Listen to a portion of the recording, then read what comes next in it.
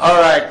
First of all, I think the stage was set on terms of opportunities in Indian healthcare system.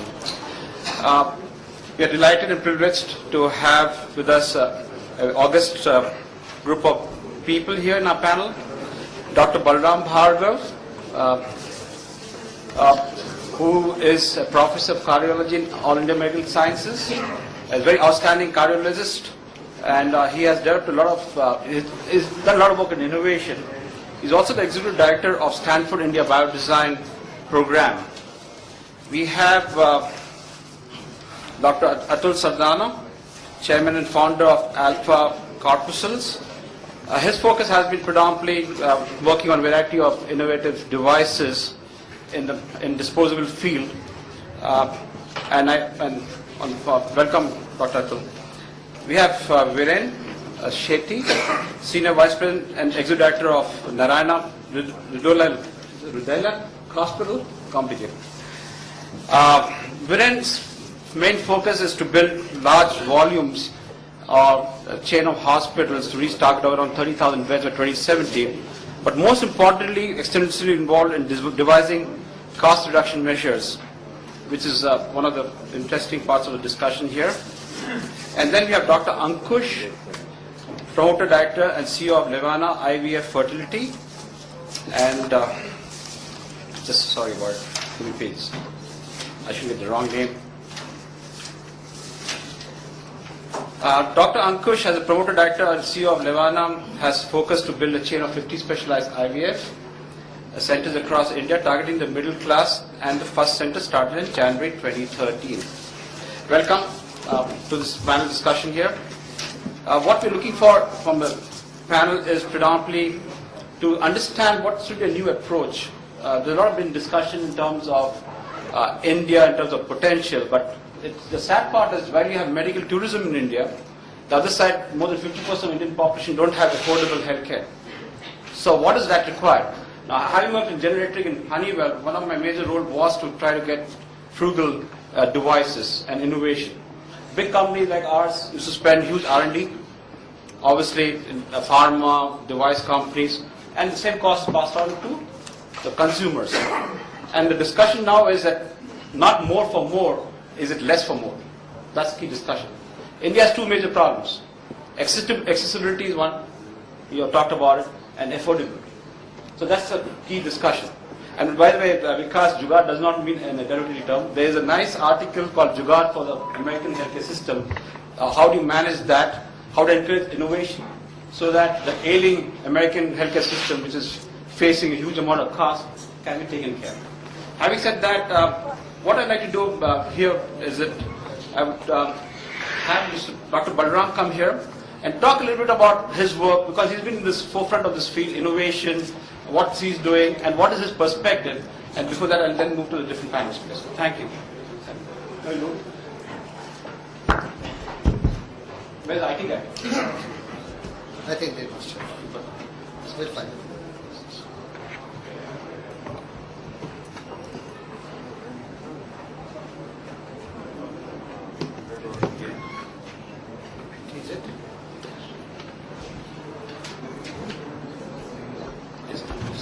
Okay. Yeah, before we go on to the slides, I must congratulate Health Start and TIE Delhi really for taking this opportunity and getting people together, like-minded people with a similar vision to get into it. What I want to emphasize on is that after independence, we doctors were left on our own to develop the health system, and we did a good and a bad job. So what we've done is that no one has to go out of this country for any treatment. That is what our generation has done, clearly. Having said that, we have not done well in terms of emergency medicine, in terms of treating, we can do good cold medicine, but emergency medicine we failed miserably. That is as far as the doctors are concerned. But it's good to see the engineers and entrepreneurs who have been very bright people, who have really done so well, and they are engaged now in healthcare and are interested in doing something for the country as far as healthcare is concerned. So I congratulate them for really getting on board into this. Having said that, I would urge them really to not get defensive American medicine into India in a big way. We need, and I really agree with that lady who talked about the battle scars and talking about getting the fee-for-service kind of medicine in India. I don't think that model is, we are behind that model, we are chasing that model. America has had that model, they have failed with that model, they want to come back to the NHS kind of a UK or a Scandinavian model. So probably we should find at this point a methodology to get onto the Scandinavian or the NHS model and at the same time get the system positively charged in terms of well-oiled and get everyone benefit out of it. So that's my brief summary really, but I'll give you some examples of what are healthcare issues, and I think everyone's talked about it. We are facing with a double burden of not being able to take care of malaria, filaria, leprosy, tuberculosis, but we've got the second burden of all the non-communicable diabetes, hypertension, cholesterol, all these kind of diseases, heart diseases coming in. So we've got a double burden, and it's kind of a tough problem for us. I mean, look at the infant mortality rate in India is still 58, and we say we are, it's 54, sorry, 58. And Bangladesh is 54. And now we've gone down to 47, and we are saying we are better than Bangladesh. I mean, that's not on. We need to get our act together. The Western countries are in single figures, 6 or 7. So that is really staring at our face, and as all the health parameters are staring at our face, and we need to get them in order. 39 million people fall back into poverty because of health-related expenditures. We know that, and we know that we've talked about the extreme shortage of doctors. Look at this slide. Number of doctors are less than sub-Saharan Africa. Number of nurses are less than sub-Saharan Africa. So we need to get our act together as far as education is concerned, as far as teaching is concerned, and as far as increasing the manpower and also the resources is concerned. So I'll talk a little bit about medtech industry. It's low on innovation. It's really in infancy, and I've seen this ophthalmologist struggle as far as his product is concerned. There's mindset which has to be changed. And for you, I have one point. I think we need to engage the health ministry. We need to engage the health ministry, and we need to engage the health ministry right from day one. That's the important message, because if we have them on board, we have a captive market. We have the audience. I don't like to use the word market and customer being a clinician, but they've become common parlance. So I can't fight too much with it. So I can see the doctor. Ames doctor uses the word market. So now look at the patterns and country of origin. There's a lovely slide published in the Lancet last year in August, talking about the blue one is the medical devices, and the red one is the drugs. So look at the US and the number of patents filed. Two equivalent number of devices in terms of drugs and devices. China is more into drugs and very little into devices. Japan is more into devices and little bit into drugs. But look at India, look at the whole of Africa, South America, all white. So we need to get into that patent system. But again, the patent system is promoting American medicine, promoting defensive medicine. So we need to balance it out and get into the patent system in such a way that we are able to license it out to the Ministry of Health, and at the same time make some money, but not want to become multi-millionaires overnight. And have a social sort of a cause for that. So 80% of the devices are imported, and these devices are foreign in technology, product, features, and usability, and therefore they're really the 20% of our population. So as I said, that a lot of people are going into, much of the expenditure is because of drugs, diagnostics, and devices. Having said that, I just want to make one more point, that innovation should not be to develop hammers looking for nails. We need to look at the nails and find a hammer for it, rather than just developing a new method of investigating. In a blood test, I can do 100 parameters. Do we need them? We're getting that hammer that, we get 100 parameters, and we give another app to, or a kind of a one-upmanship to the clinician that he's better than that because he's got this new machine which can do 100 parameters. So is that, I say these new apps are just one-upmanship or one of the other. So they're just for one-upmanship. So that we should not get into that one-upmanship sort of a thing as far as clinicians are concerned. But India's situation is changing. I see by the next 10 years, this is a huge, big thing which medical devices are going to be, and the Indian economy is ready. The Prime Minister has clearly said that, and if you see the last line, potential must be nurtured and rapidly applied. So forget too much about regulation. Don't get into that American regulation business all over again. I agree, you have to be regulated, but at the same time, don't get into making FDA as the god and that we have to be accountable to FDA. No, we are not the 53rd state of the US. Very good point. Yeah. So now again the Economist has talked about the Indian economy. Really, it's a decade of rapid economic growth, fast rising literacy, more girls in school, mobile phones 7 out of 10. Economy is worth 2 trillion, which is the 10th biggest in the world. Income per person is up, rural poverty is down, polio has been eradicated, paved roads becoming more widespread, the country is stable. More important, it's young, big, and fast growing. So it is very positive thing. And if you look at the innovation hotspots, there are several hotspots in the country, and much of them are concentrated around Delhi and Bangalore and Hyderabad, and these are the various institutes which are doing the innovation, but then they don't go to the last mile. They would like to get a publication and stop there. So get that, translate that publication into the innovation, and then the third, the other problem starts, how to dissipate it to the masses. I mean, this is an interesting slide where they talked about patents I mean, we are better than Russia and Brazil as far as innovation is concerned, as far as patents is concerned. But we are behind China, we are behind South Korea. Look at the number of patents in South Korea. Look at USA. So it's not it is exciting, but not yet a science power.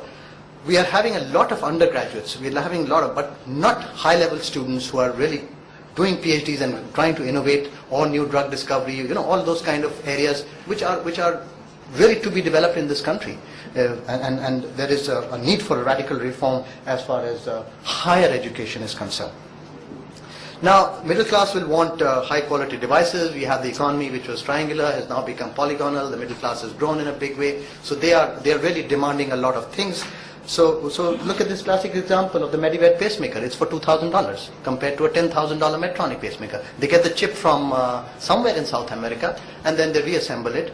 So it's been a successful thing. But again, coming back to your point, that acceptance with the physicians is not there.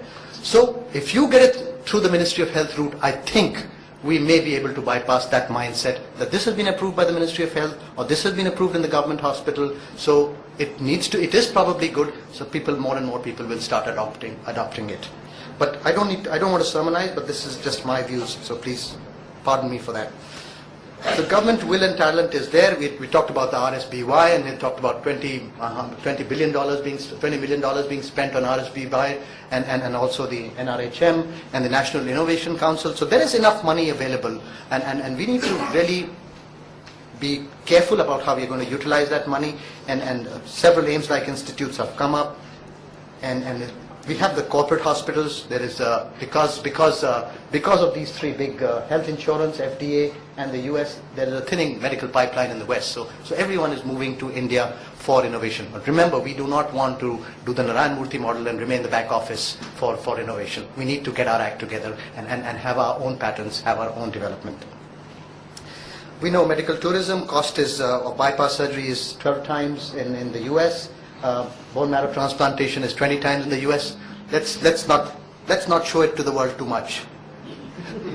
Let's get our people get that first. Now, this is I think the most important slide where I really talked about, and we talked about the universal health coverage, and people have talked about it, and there was an excellent meeting done on universal health coverage where we are in this very hall. And if you look at this, all preventive, primary, secondary care to be publicly financed free of cost. All tertiary care to be financed through a single payer system. Government contracts in private sector for shortfalls, again strictly regulated. Are we going to implement all those things? 75% are public spending, and central transfer of funds to the states if there is shortfall in the states, because health is a state subject.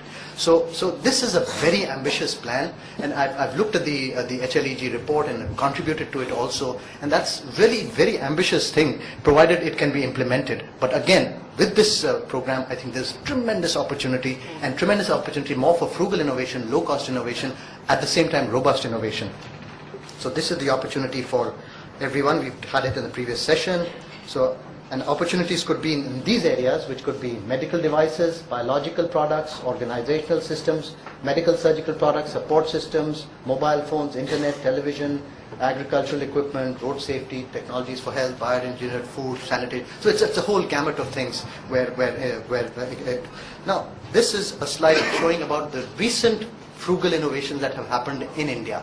Now if you look at this list of the recent frugal innovations, 6 out of 10 of them are in the healthcare domain. GE ECG machine, 1298 ambulance accident program in Bombay, Arvind Eye Hospitals, we know about their lenses, which are $2 or $3 a lens.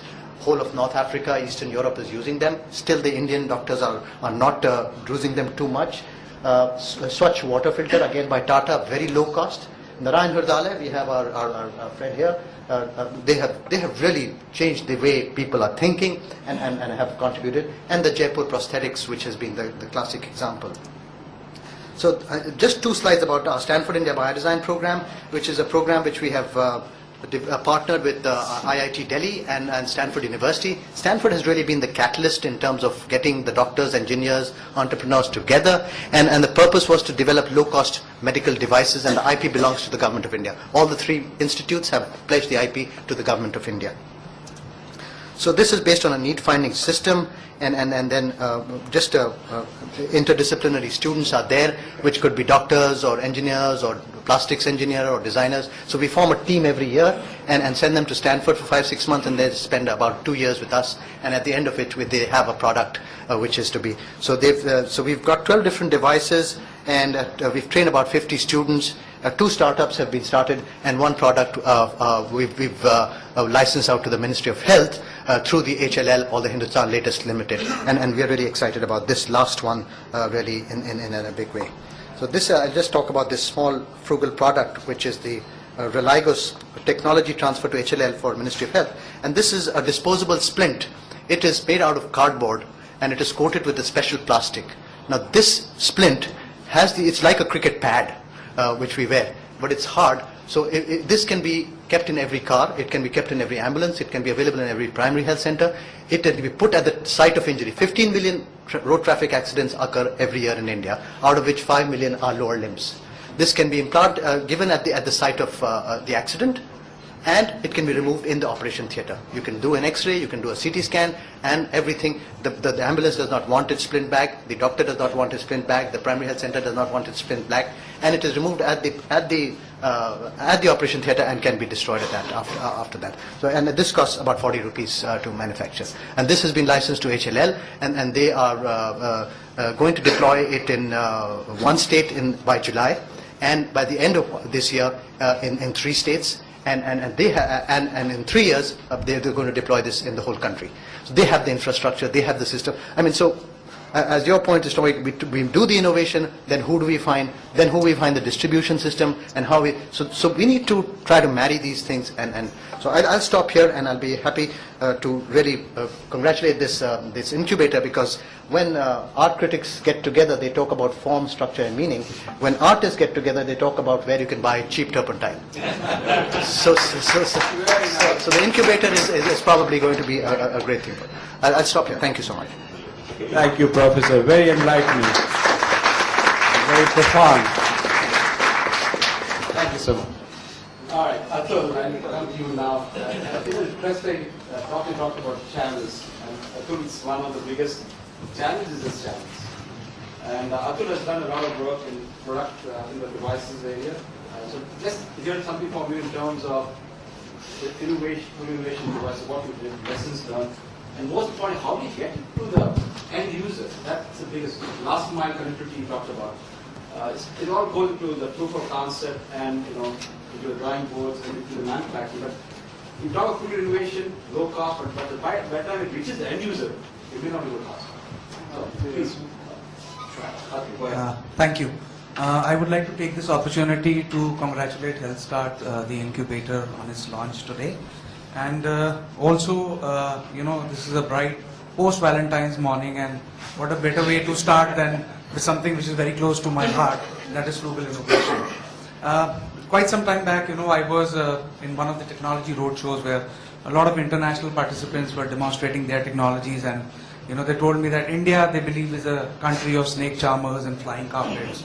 And I told them we are also a country of jugaad. And, we apply our jugaad right from the primary healthcare level to the Indian Parliament, and that's how we run. And on a lighter note, I would just like to point out Dr. Bhargav has already, been very clear about discussing the problems that we face in healthcare in our day-to-day life, right from primary to tertiary healthcare levels. And talking about the number of doctors, that's where we start. That the number of doctors in India is much less than when we compare to even sub-Saharan countries. What we forget in this figure is we do not include the doctors who belong to the Ayurveda, Unani, the Indian medical system. And the Indian medical system, if those doctors are added together, it does become a voluminous number. The second thing about patents, yes, we lag way behind, a lot of other countries, the developed countries. But we've recently seen a trend, especially in medical devices, with the number of patent filings going up in the last 2-3 years. I have no data on it, but I got a contact from the European Patent Organization a month back, wherein they said that they've noticed this trend and they would like to come down in March and visit us and try to find out more about this. So it's a positive sign in terms of patents, especially in the field of medical devices. And the third, thank God, the Prime Minister has spoken. I'm sorry. There's no Mr. Sibal over here, so I'll go back home free then. Now, the thing I wanted to bring over here was not the problems, but the solutions in our journey in terms of finding those, the jugaad and the frugal innovation. We as a company started about 5 years ago.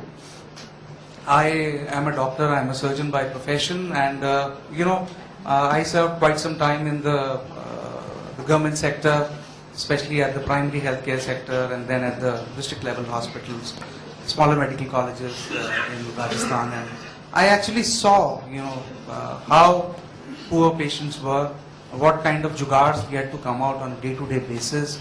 We were actually cutting down urinary bags to make underwater sealed drains because they costed $50. We were applying acetic acid diluted on Pseudomonas wounds because the patient could not afford a third-generation cephalosporin. And a whole lot of gambit. We were at times playing Robin Hood, trying to arrange medicines for the very poor patients. So that is all jugaad. And that's how we saw that, there was a real need in India. And one of the closest things that, since I was practicing laparoscopic surgery, I found out that there was a malpractice of reusing, trocas. If all of you know about laparoscopic surgery, it's keyhole surgery where we make 3 or 4 small holes and we put something like a plastic tube through it, through which we would put our instruments and telescopes and perform the surgery.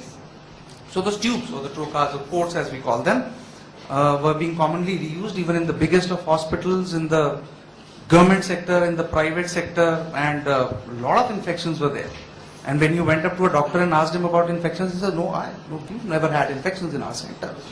I said, have you seen any infected patients? Yeah, they come from that center, they come from that center. And I said, then yours are going to the other center. So, and what we found out was that there were only a limited number of multinational players. So there was a window of opportunity for us. They were selling at very expensive prices. If you were to actually use and throw those products away, the cost of surgery would be 4 times or 5 times than what you are offering. And that's why we say that, in America, this procedure costs 10 times more or 5 times more. Because the way they use devices and dispose them is different from what we do in India. And, so we started working around that product. We got that product patented. we made a very simple product, and that's what our company is about. You know, we say we would like to reinvent healthcare. We are trying to find simple problems to complex solutions. You know, we don't want to develop MRIs and CT scans which can, you know, detect a 0.02 mm lesion. No, we don't want to do that, and I'm nothing against it. But we want to look at the very basic problems that are there in the healthcare sector, and this was one. So we got the product out, and we are currently selling it at almost 1/6 to 1/10 the price of competition. We did face a lot of resistance initially, especially from the private market, because, you know, they said, oh, we, you know, get a 40% discount on the MRP from the manufacturer, and we normally, you know, put a 20% markup on it.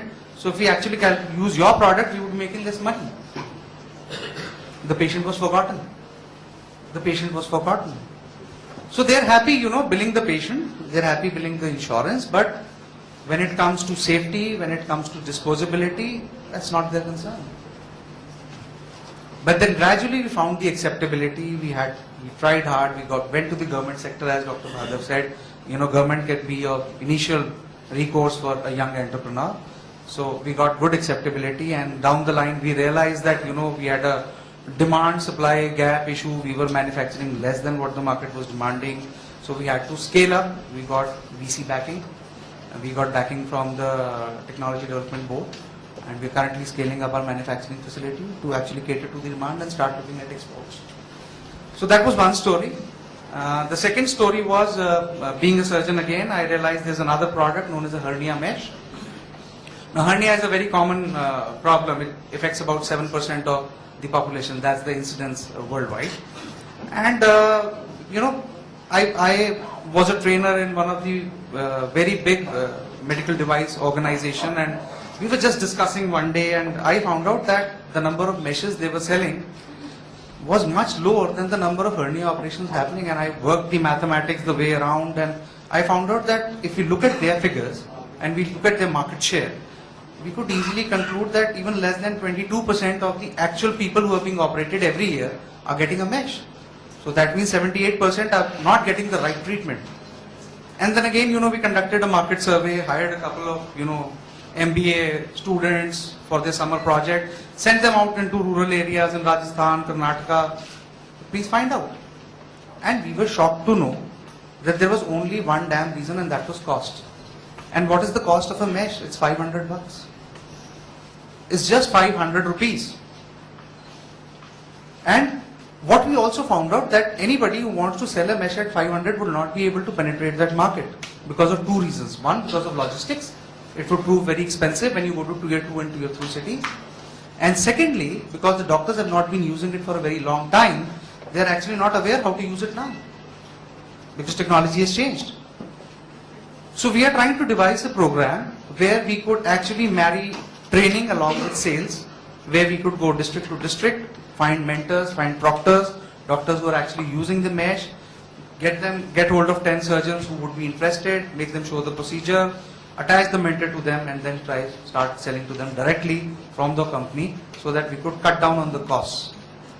That's another solution. In the meantime, we also innovated on the product. We also looked at the laparoscopy segment, where we saw that, you know, though we all realize that, you know, the lighter the mesh, the better it is because of less long-term complications with the product. But a lot of surgeons were not using lightweight meshes. One, because they were very expensive. They were being sold at 6,000 bucks. They did not have the required features so that they would be, you know, the preferred choice of mesh product, especially in cases of advanced surgeries like laparoscopic surgery. So we actually, you know, did a little modification to the manufacturing process. It's a trade secret, so I can't talk to you about it. It's not in public domain. It's not a patent that we filed. We've kept it as a trade secret. But we got a lightweight mesh, one of the lightest meshes available in the world, with a specific knit pattern which we call as memory knit. The mesh, when you put it laparoscopically through the port, you have to roll it into a cigar horn. And the moment you put it inside, it springs open on its own. So that was Jugaad, and that was trying to find a solution, and we have had very good acceptability for the product. The third product, which we've been working for a very long time, and I would like you know, to actually realize that the commonest medical device used is a syringe. It's the commonest medical device. Nobody is spared of it. Everybody sitting over here has had a shot in his life, or maybe more than that.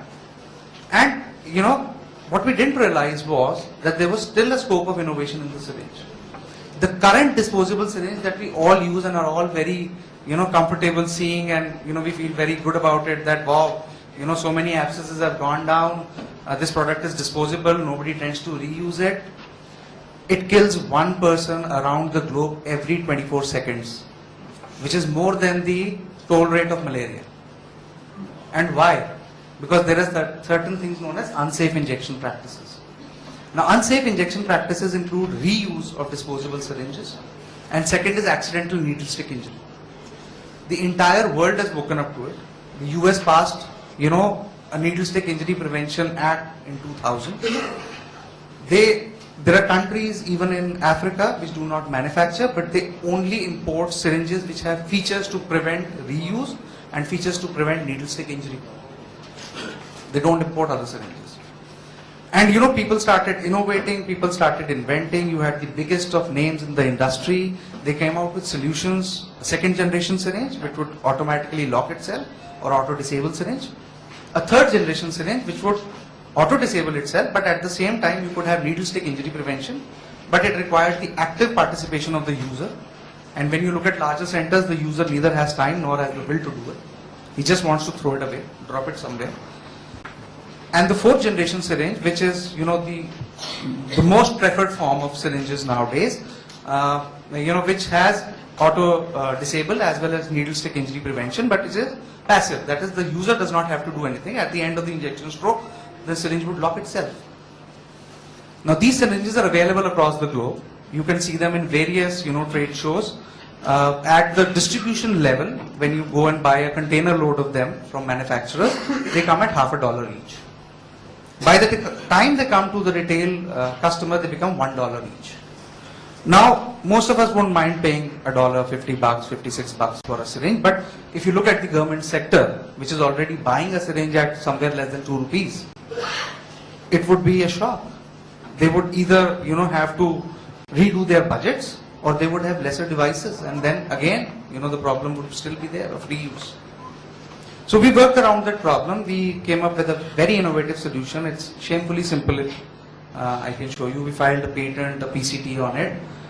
It's recently been awarded at the Invention Fair at CO. It was awarded the second prize as one of the best inventions. And we would be able to develop that product and give it to the market at somewhere around 3 rupees. So that's Jugaad. That's Jugaad. And to all the entrepreneurs sitting over here, we all face frustrations, we all find roadblocks. But what I would like to say is, do not get deterred by them. If you know what you're doing is right, go ahead. You'll find a way. Thank you.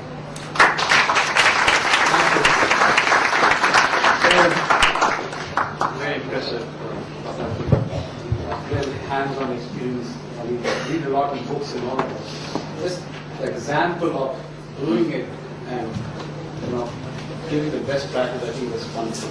Now moving back to Viren, we moved from product innovation to service side, and I both the team members are on the services side. Viren, good to also see your company name and further innovation in the top 10. So that shows a lot in terms of expertise here.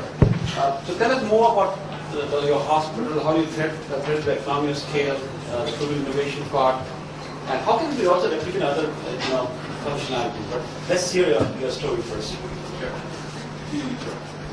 Morning, everyone. I come from a hospital called Narayana Hrudayalaya. We can call it NH for short. We started 13 years ago with a simple mission to make surgeries more affordable. The hospital was started by our chairman, Dr. Devi Shetty, who started as a heart surgeon in Calcutta. In the 80s, he used to see more than 100, 120 patients a day. But not more than 1 or 2 patients would come to him the next day for surgeries. And he'd always wonder why that was. And the answer is obvious, they simply couldn't afford to get surgeries. So he kept working and iterating on various models that would help him reduce the cost of the surgeries. He identified a few areas. One is the medicines were too high, the medical equipment was too high, the cost of the building was too high. And eventually it led him to start Narayana Hrudayalaya in Bangalore. We started out with 400 beds dedicated to heart, but now we have 8,000 beds across India, across all specialties.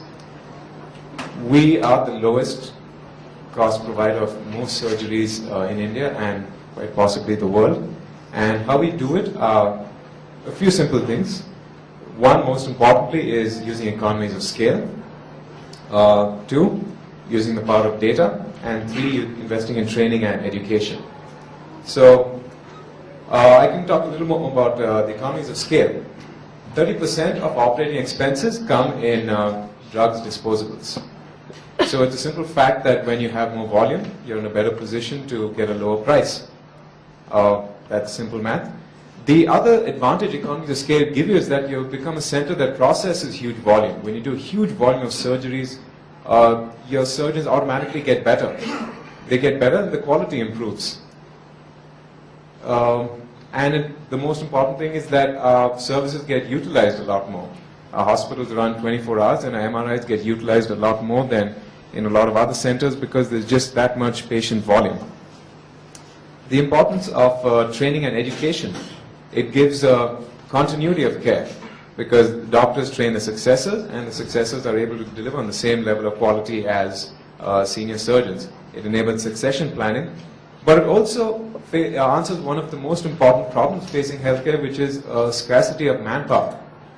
By turning all our hospitals into training institutions, we suddenly create a surplus where once there was scarcity. The last point I want to make is about data and how we use data across the organization. We invested a few years back in a cloud-based ERP solution as well as a hospital information system. Because we had so many centers, it just made sense for us to deploy it on the cloud so it can be rolled out very quickly with our new centers.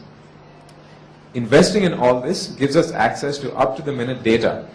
Once a day, all management, including me, get the daily P&L of the hospital.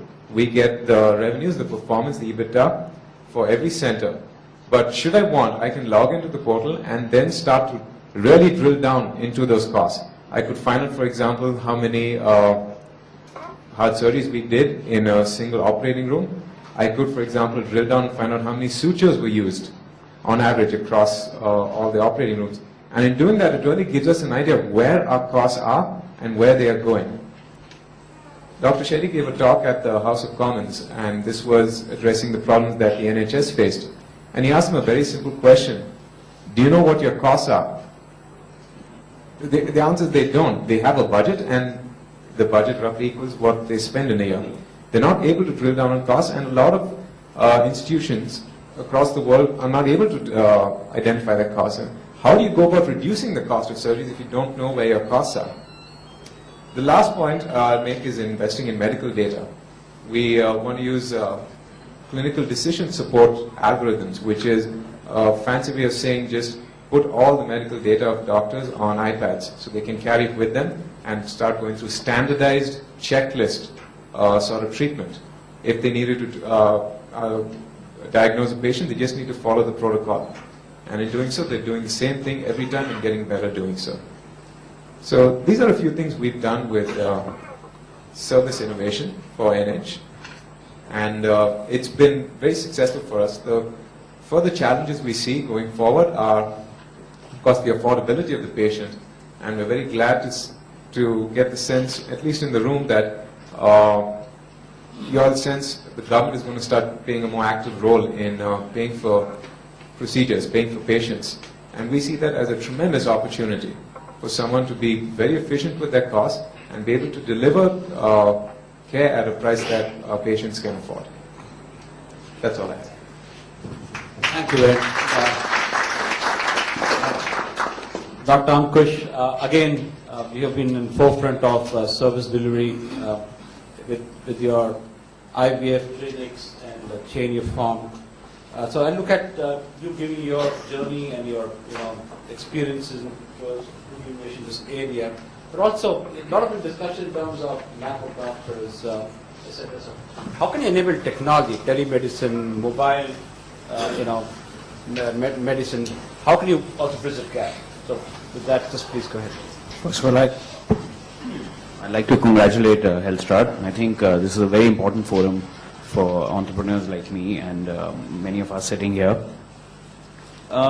We talk about telemedicine or mobile health, and we also talk about lack of doctors or medical staff.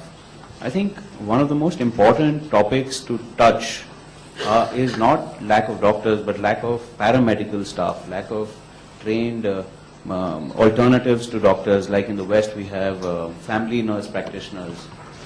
Today we feel or we require doctors in primary clinics to actually diagnose the problem. I think if we go what doctors in the West do is that we have trained nurse practitioners who actually diagnose primary level problems, secondary, maybe sometimes secondary level problems, and then relay it back to specialists.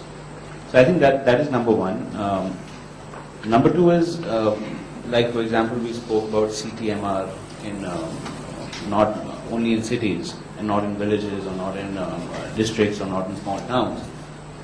Problem is that in India we require an ultrasonologist to actually do an ultrasound, where in the West an ultrasound technician can actually do an ultrasound and make diagnosis.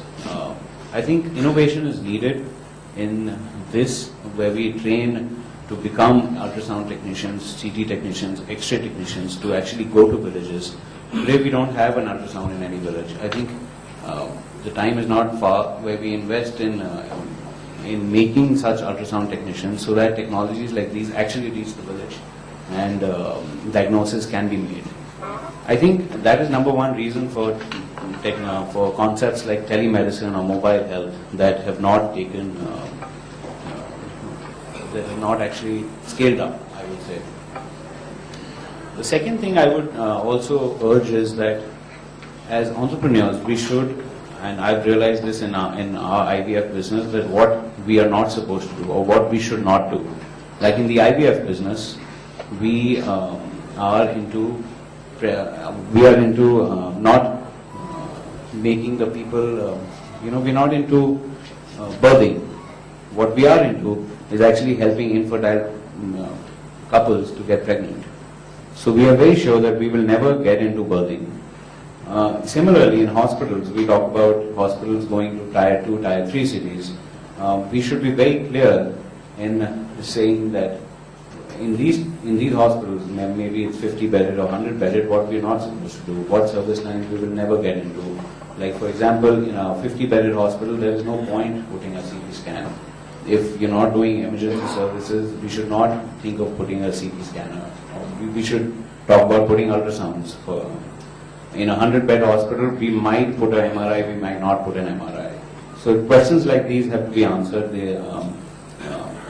For a 100-bed hospital, it's very difficult to put in a cardiology unit. We might have patients, we might have primary health, we might diagnose a lot of cardiology patients, and we might be referring a lot of cardiology patients. But to actually put a cardiology setup in a primary or a secondary level hospital, I don't think that should be.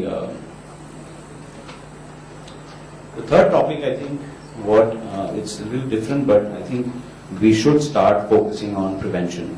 In the West, we've realized, insurance companies in America have realized that they make more money out of prevention nowadays rather than actually treatment. So, for example, bariatric surgery for obesity in the West now, in America, it's covered under insurance. In India, it's not. So we need a lot of innovation in terms of the scope of medical services that have to be that will cover in the insurance, or that might not cover in the insurance.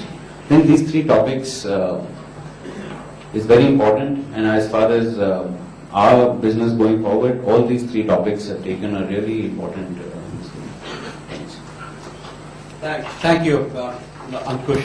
What I'd like to do now is that now we already have a complete overview of product side, the devices, and also the services side, and the overview discussion. Just briefly, each of you thought briefly on what we should be doing, how would healthcare partner and entrepreneurs to really make innovation more reality, catalyze the whole process. So some of your thoughts if I leave it to the audience. Please. Yeah, I think the important point to emphasize is that our generation and the is still got a frugal mindset. The generations that are coming up with, at least in the big cities, are not thinking through, because they are pretty well to do. So we have a limited window in terms of our frugal innovation, so and executing it. So it should be done fast, first of all. Now, how we need to glamorize it. Jugaad is in our DNA, I think. It is there, but at the same time, it's a double-edged sword in terms of glamorizing Jugaad innovation.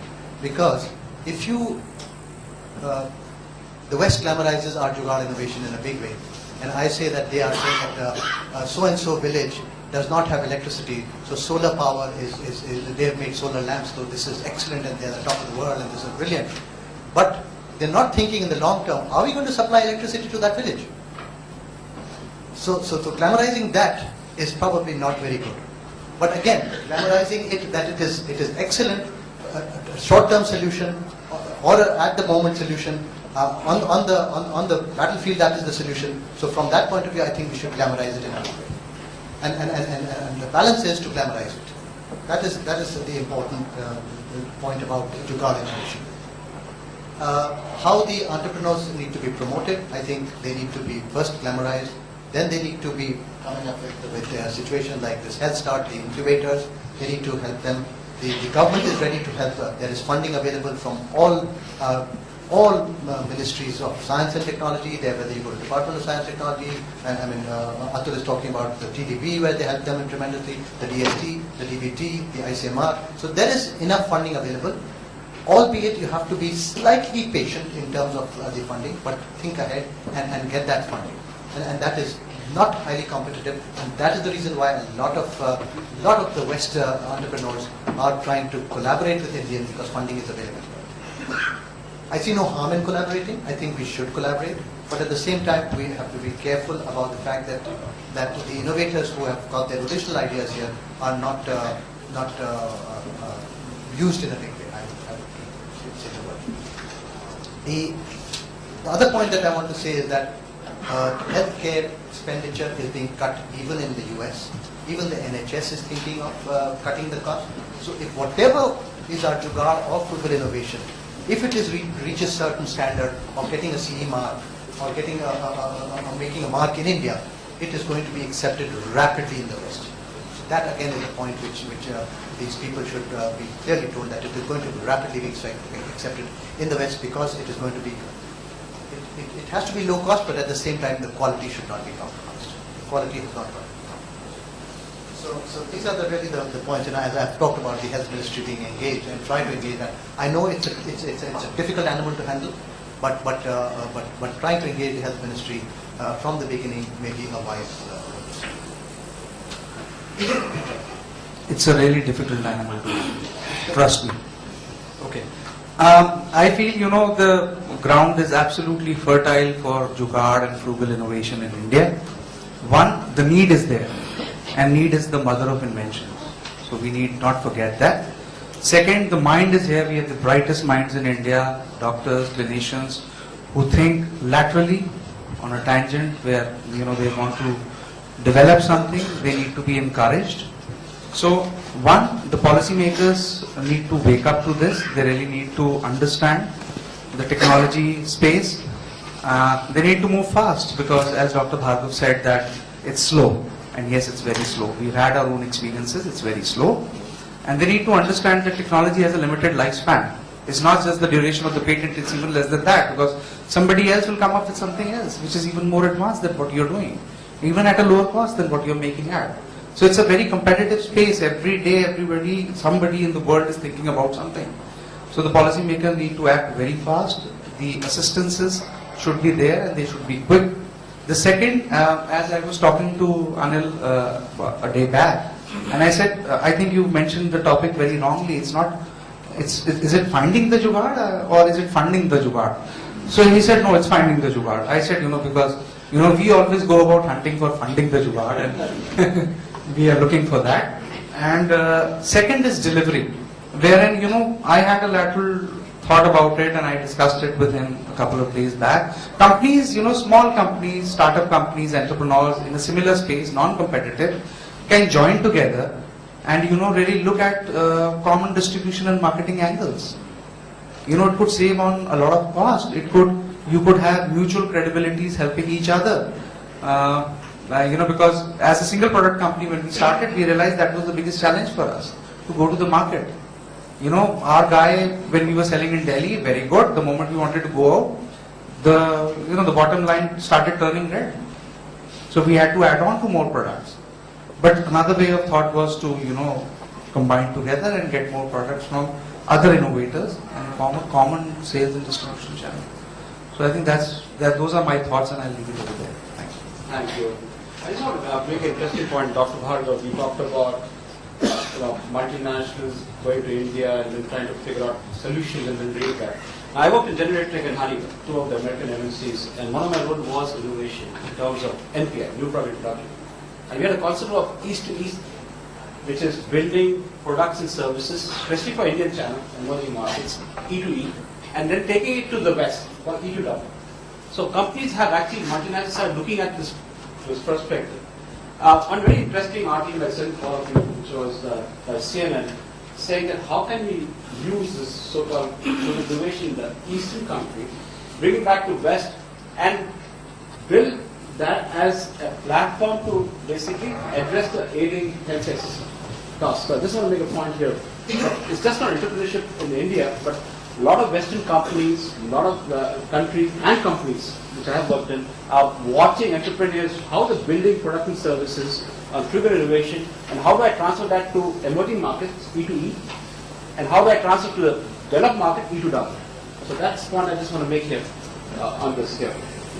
I'll just react to that. I think if I'm a cardiologist, so I'll give you an example of China. I mean, I visited China 10 years back, and the number of stents used there was about 150,000 stents per year, and 95% of the stents were the international stents or the American stents, and 5% were Chinese stents, and they had 3 or 4 Chinese stents, Patriot, Pelican, and Firebird, and they were good stents at that point. I did proctor them at that point in time, and last year, 95% of the 500,000 stents are used in China. 95% of them are Chinese, and 5% are American stents being used in China. So they have been able to do that. Second example, aortic stent grafts cost about 3 lakh of rupees, stent graft, and they were manufactured by Cook. Now there is a Korean company which started manufacturing it for less than 40,000, and they really started. The whole East to East market was covered by that. So what happened, except India because of our DCGI and all those things. So what Cook did, Cook said, okay, you're getting it so cheap, you use our name. So they put the Cook name on it, and now it's being sold by Cook at somewhere in between or much lower now. So I think we have to think in terms of innovative methods. Ensure, first of all, the level of trust for Eastern products is not there, and that has to be created. Once that is created, then there's no stopping. Then there's no stopping. Thank you. Dr. Ankush, your thoughts, please. I think from a delivery perspective, there are two things. First, there's a lot of demand. There's no doubt that healthcare will remain always in demand in India or anywhere in the world. But as entrepreneurs, I feel that we need to think about the model. We need to think about the business model that we want to get into, whether it's primary healthcare, the scope of that, whether it's IVF, the scope of that, or whether it's single multi-speciality. And then think about the target market, whether it's the middle class or the lower middle class or the upper middle class, whether it's the 1 lakh insurance cover people or 5 lakh or 15 lakh. There's a demand in every layer in our system. But we need to focus on one specific thing. We think that we'll do everything. We have the Fortises and the Maxes of the world that want to do everything. That's fair enough. But as young entrepreneurs, we need to focus on what we need to do and who we need to target. Secondly, I feel that if one is Thoughts on how do you encourage entrepreneurship through innovation, how to capitalize that process? Sure. I can talk a little about how we've supported entrepreneurs who've come to our hospital with medical products. We used to use sutures from a company, a large global company, I won't name them, but it rhymes with Hobson and Bronson. They were very expensive in the suture they sold us, and we told them, look, reduce your price. They said no. We met them a few months later. Said, look, reduce your price. They said no. And a few months later, we said, reduce your price. They said no. So we said, okay, fine. Let's find someone else who can make these sutures. And we did. The sutures weren't great to start with, but they came into our campus. They worked with our surgeons, and they really developed an excellent suture that our surgeons got addicted to. And their price was maybe 10% of what the other company was charging. So when they realized the business was gone, they came back and said, okay, look, we can give it to you at the price these guys are offering. But what we found is that now the surgeons didn't want to switch because they had invested in all that time and effort into these guys, so they were very happy with the service they were getting. That's one example. Another is a Mysore-based company called Scanrate that recently acquired a very large medical device. L&T is a device company. We're helping them out, and when I say helping them out, we're just buying their products. I mean, that's all we can do. We're not investors. There are a lot of people in the room who are investors, so you can go to them for money. But for large institutions like us, we can give you space, we can give you training, we can help you with our doctors, we can give you the feedback you need. If you have something, if you have an idea, if you have a product, meet me after the panel and I can help you out any way we can. And all the other hospitals do that. Every hospital out there wants to encourage local innovation because that's the only way we can force the Western companies to reduce their prices. So I would encourage any of you who has a product or a service idea to just go to someone from a large hospital, and they'll help you more than you know. I think that's a very important thing. Prototyping and proof of concept. Obviously, you need some place where you can basically both develop and prove it. I have a quick 3 questions here. We're running a little late on this to the audience. So, any questions here, please? Very quick one for Viren Shetty. What is the legal structure of Vidalaya and Bhavan? Is it a Section 25 company or is it a... I can't speak to Arvind. I believe they're a trust, but we are a privately listed company. Privately listed. Yeah, I'm Dolly Hussain. I run a consulting firm, and we're focused on the knowledge dissemination and knowledge creation. I find that there is a lot of gap in terms of the education training at the workplace. Now, what is the take that there's a lot of technology-enabled learning that is possible. Unfortunately, that's not really happening in India in the medical space. On one side for the doctors, on the other side for the patients per se. I mean, there are specialized care that is needed for which the patient has to be educated much more than a normal listening. And I think there has to be some kind of mechanism to really kind of help that. I've been working as an individual entrepreneur to really fill that gap. But on the panel, can I have some comments in terms of what is the kind of organized approach which each one of you is possibly looking at? Yeah. In terms of IT health dissemination, I am slightly a radical view of the fact that we do not want to, the medicine that we practice in India is really, has been and has been quite successful, has been paternalistic medicine, as we say.